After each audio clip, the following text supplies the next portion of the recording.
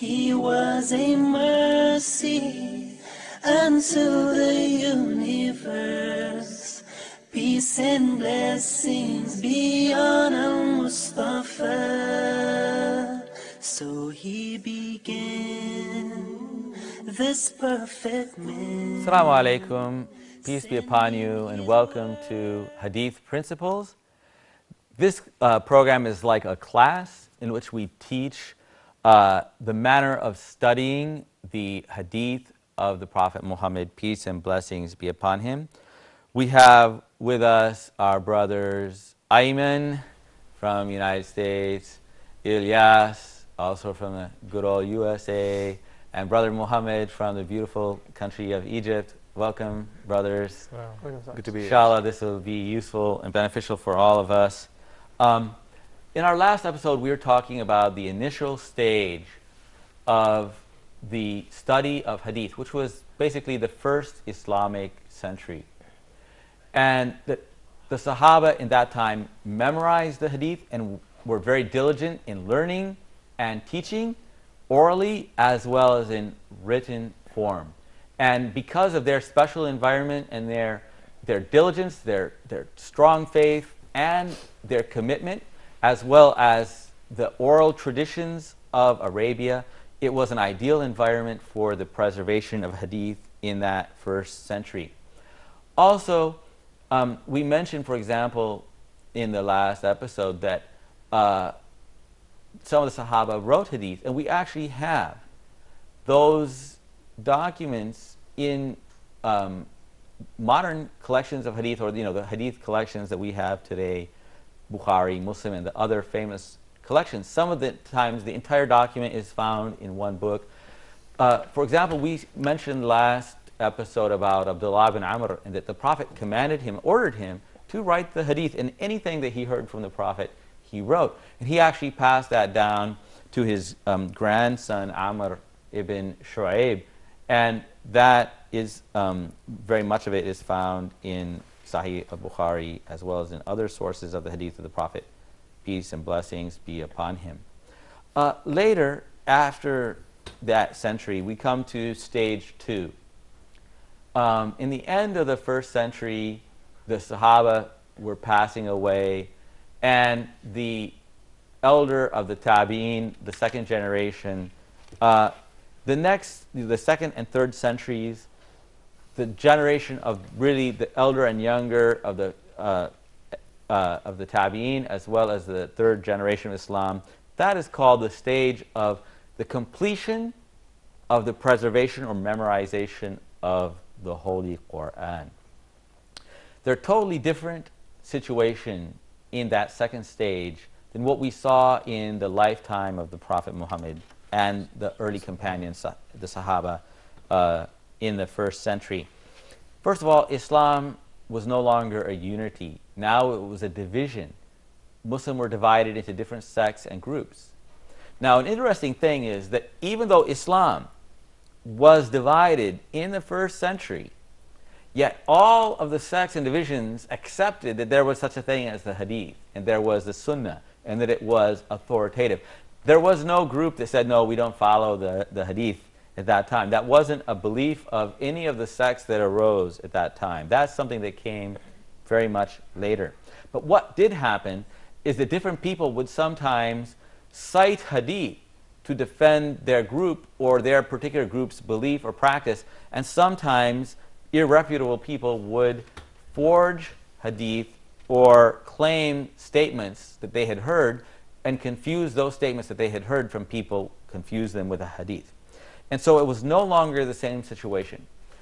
There were many written documents being circulated, as well as oral stories.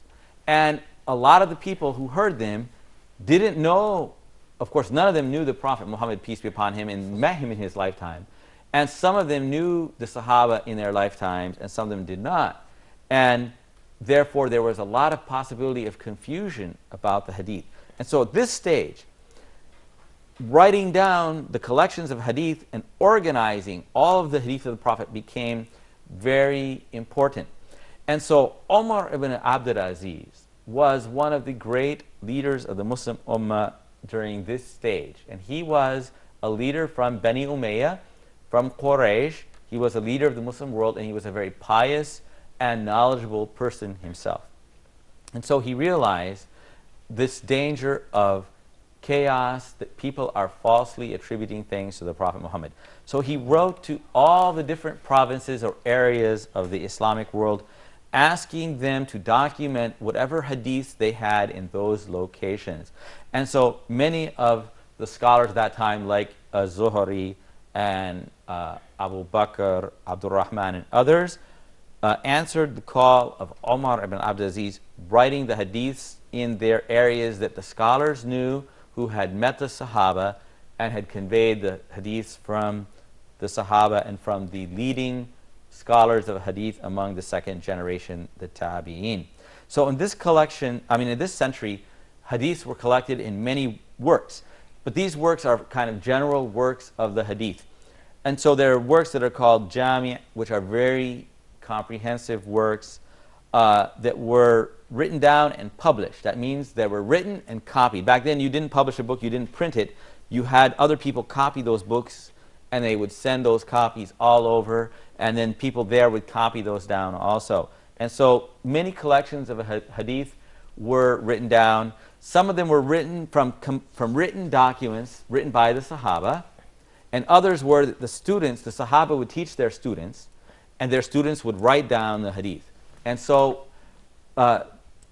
authors of hadith would come, get those collections that they had heard themselves from their teachers, or from other people who would narrate to them from their teachers and write them down.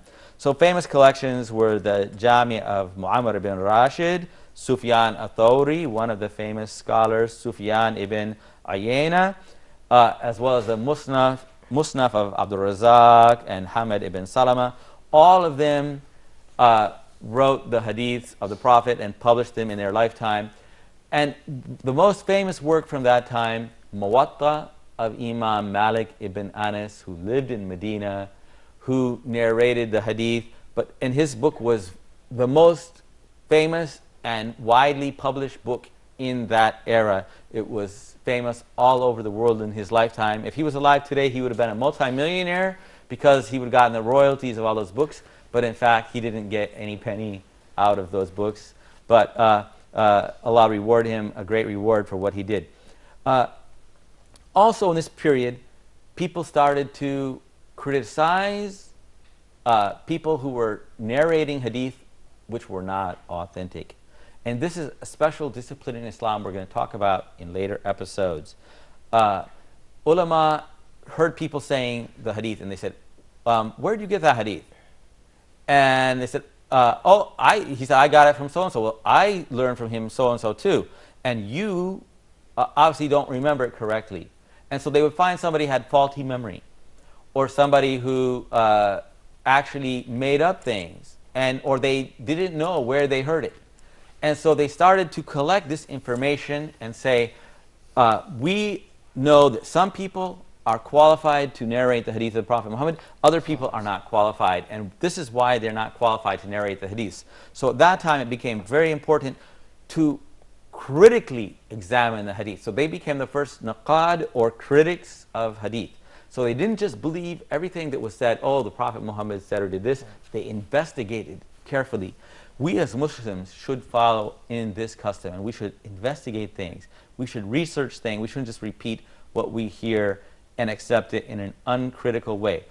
And they also started searching for hidden defects. They started seeing, oh, somebody claims that they are hearing from a teacher, and that their teacher heard it from another teacher, but I know that that guy never met this other guy. It's not enough I said, I heard it from so-and-so. So wait a minute. How did you do that? He died before you were born. Or you were living here in Iraq and he was in Egypt. Did you ever go to Egypt? No. So how did you hear it? Not possible. So they started critically examining these hidden claims in the hadiths. And so at that stage, it began to be the real science and principles of hadith were studied. And finally, we got to the third stage, which is called Asr al-Tadween, or the era of the actual collection of the hadith in the authoritative collections we know today. That's the 3rd to the middle of the 4th century in Islam. That's the era of the famous writers, Bukhari, Muslim, Tirmidhi, Nasa'i, Ibn Majah. And the writer, those collected the hadith of the Prophet Muhammad in famous collections known all over the world. Those hadiths are found in the earlier works. A lot of them were in written form, but they were writing them for their students, and they hadn't been always collected and published widely. Also, the books writing about all of the narrators of hadith, collecting biographical information, who's got good memory, who doesn't, who became senile in his old age and started getting mixed up and forgetting the hadiths, who used to write his hadith, then his books were burnt down. His books were burnt in a fire, and so he started forgetting because he didn't have a good memory. And so those books started being collected, like Yahya ibn Ma'in and Muhammad ibn Sa'd, Ahmed ibn Hanbal. They started collecting the hidden defects and ilal in the hadith, and also what hadiths were abrogated, nasikh and mansukh. Like one hadith, the Prophet canceled out something he used to tell people. They started collecting all that information and publishing it widely.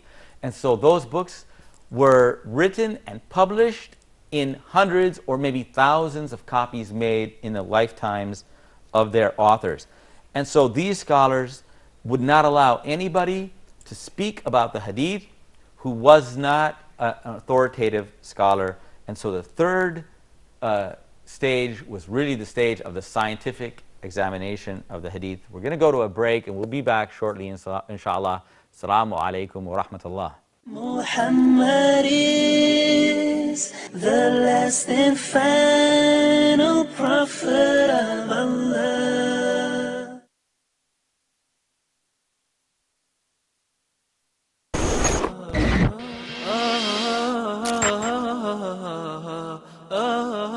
Are you looking for a way to recharge your hearts or to get you back on track in your obedience to Allah?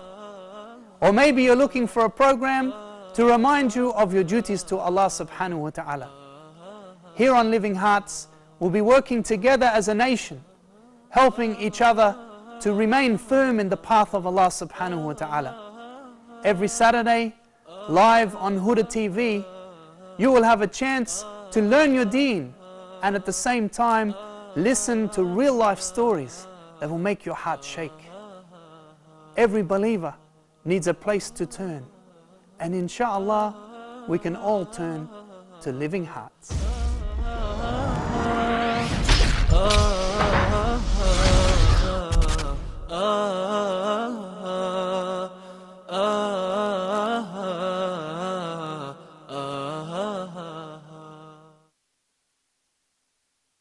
Muhammad is the last and final prophet of Allah. Assalamu alaikum and welcome back to Hadith Principles. Before the break, we're talking about the stages in the study of Hadith principles in Islam. I'd just like to review very shortly what those stages are.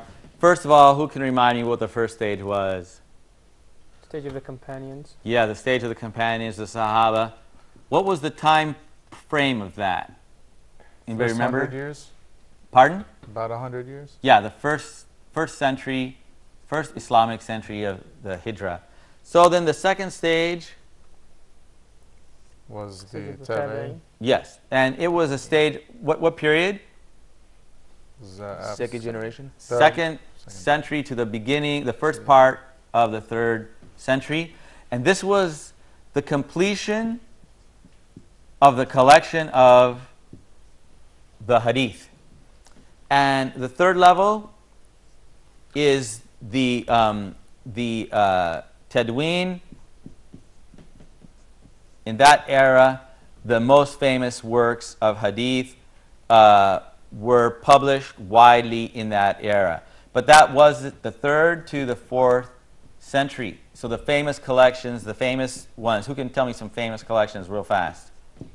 Bukhari. Bukhari, At-Tirmidhi. Muslim. You should know. Every Muslim should know Bukhari, Muslim. We'll talk about them. The 6 canonical books of Hadith, but we'll talk about those in another day, inshallah. But these stages each had a relationship with the time. And so people may misunderstand and they think, and I had people say, well, Bukhari wrote the Sahih, his collection, in 200 years later. So you guys didn't, you lost the Hadith, you couldn't remember the Hadith. The Hadith had been written and recorded and memorized and recorded in books, and books had been published since long before Imam Bukhari was even born. But most of the Hadith in Bukhari are found in other books of Hadith written before him. But he made his own collection where he was very careful in the standard of authenticity, and he published that collection, and many other scholars published collections full of Hadiths. Bukhari never claimed that only the Hadith in his book are the only authentic ones. And he never said, oh, the Hadiths in Imam Muslim or Abu Dawood are not authentic. No, he didn't do that. He just made his own limited collection and he published that, what he thought was the best thing, the best Hadith that would be useful for people at that time, inshallah.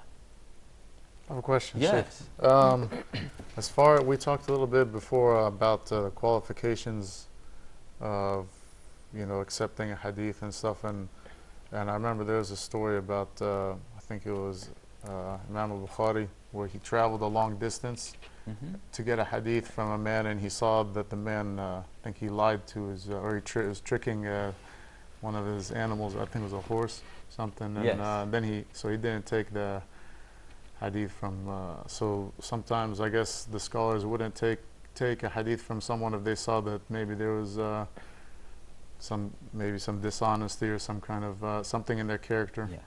They wouldn't take hadith from people, a lot of them would not take hadith from people who, of course, obviously if they were known as a liar or dishonest.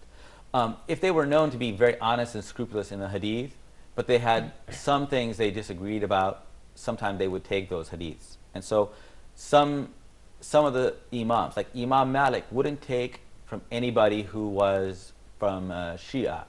Shia at that time was not a different religion, not a different sect, but it was a group of people who were partisans supporting Imam Ali. And sometimes those people, some of them were known to fabricate hadiths, but many of them were very honest and did not. But Imam Malik wouldn't take any hadiths from them, but Imam Bukhari would take hadiths from them as long as they were known to be scrupulous and honest in the hadith, and he wouldn't take hadiths that were dealing with the political subjects that they were the controversy was about, like hadiths praising Ali, and exaggerating and implying that only he deserved to have the authority in the Muslim world, for example. So they were very critical about those, but they had very high standards for the behavior of people from whom they would take hadith, inshallah. Dear Sheikh, concerning the criticism of hadith, I remember a case in which the Khalifa Umar ibn Khattab, and one of the companions, when he wanted to enter upon him, and he knocked the door 3 times, but Umar did not respond to him. So the companion returned, and when he asked him about his return, he said that I heard I heard it from the Prophet ﷺ, if you didn't got a permission after 3 times, you should be back. Umar asked him to bring 2 witnesses to support his claim. What does this mean to our topic, the criticism of hadith? Well, mashallah, the Sahaba were very scrupulous in maintaining the correctness of hadith. Sahaba used to accept the hadith of each other. They didn't always demand 2 witnesses. And that is not a criterion except in certain cases in Islamic Sharia or Islamic law where you need to have witnesses. But if one of the Sahaba heard a hadith and had a doubt about it, they would want to find somebody else who would corroborate that and who would authenticate that. So the Sahaba were scrupulous. Even though all of them were honest, some of them were very knowledgeable and memorized a lot, and others were very wise, and Umar was one of them who was a very great scholar. And so he had a doubt because he had not heard that, and so he had a doubt, and that's why he wanted to seek evidence to prove it. But once he found other people, then of course he accepted the hadith of this person, even though this person was not on the same level as Umar ibn al-Khattab. And so sometimes, as the Prophet said, sometimes a person can convey the hadith or convey the knowledge who maybe isn't on the same level of scholarship as the person who receives it from him. So the person who conveyed it to Umar might not have been the Khalifa, but Umar will still listen to anybody who's honest and truthful about the Prophet Muhammad, peace be upon him. So we accept the hadith from all the Sahaba, they're all honest. But the Sahaba themselves, for us, authenticated those hadiths and made sure that all of them that we receive from them are authentic, inshallah. Yes, I have a question, please. Yes. Yeah, some scholars, argue of some hadiths of, what they mean, the meaning of some hadiths. Did the Prophet, peace be upon him, when he gave instructions, did he mean to have more than one meaning to some of his instructions? In verses of the Quran, not only is there more than one meaning, but even more than one recitation, sometimes for some certain words in the Quran that have different meanings, and all of those are authentic.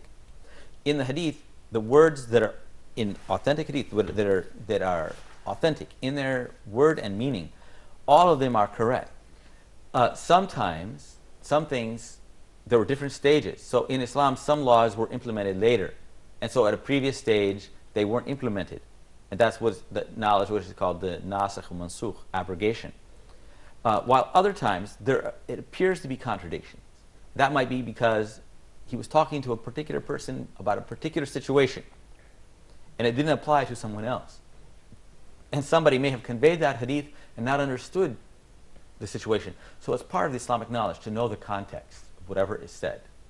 But the Prophet may have meant specifically, when he said, for example, only pray Asr in Bani Qurayza, he may have specifically meant to people to hurry up, and you understand, those people who understand what I mean, they will hear that and they will hurry. Those who maybe don't understand that and they will follow literally what I say, they will pray before they get there. And so the Prophet may very well have intended both those things, but he approved both of those understandings. And so sometimes the words themselves convey the meaning, even if the Prophet himself didn't know they were going to disagree, he approved their disagreement. And so their disagreement was based on Islamic criteria. And so if two scholars disagree based on Islamic criteria, that's acceptable. If somebody says, I have my own meaning, and they have no qualification in Arabic language or in Quran or Hadith, they have no qualification that they should have their own meaning, then we don't follow that. We follow those people who actually have based their understanding on evidence. Should have a question. Yes, amen. There's, I guess, we're on topic of studying, and there's a phenomenon now among the youth where a lot of them like to refute the scholars.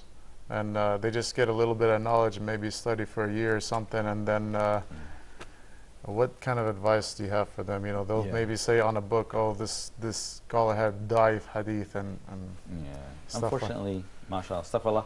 Unfortunately, people don't have the adab or the proper characteristics. Ilyas, I'm sorry, I called you. Ayman. And we have to respect scholars who have knowledge and have authentic knowledge of Quran and Hadith. No scholar is above making mistakes. The scholars, when we say criticize, the scholars of Hadith had to look carefully at people convey the Hadith, because what is the guarantee that this Hadith is from the Prophet? It's the honesty and character of that person.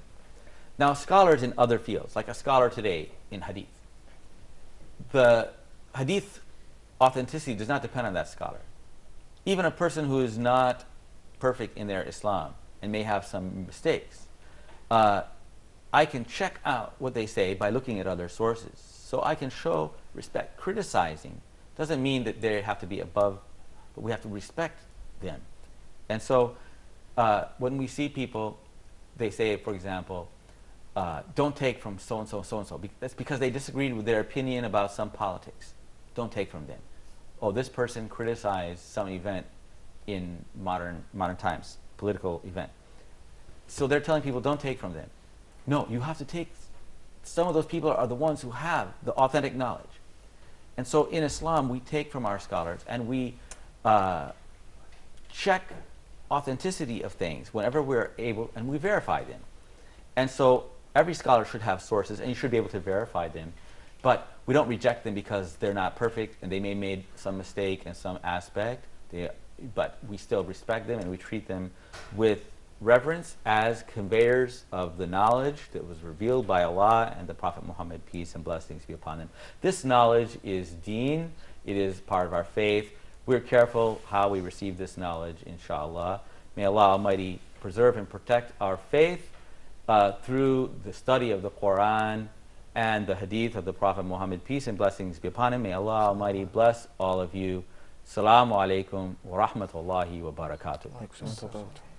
Muhammad is the last and final prophet of Allah. He was a mercy unto the universe. Peace and blessings be on Al-Mustafa. So he began this perfect man, sending his word across the land, leading only by his sunnah and the Quran, the word of Allah. He brought the answer to this cruel world, our beloved Prophet Muhammad.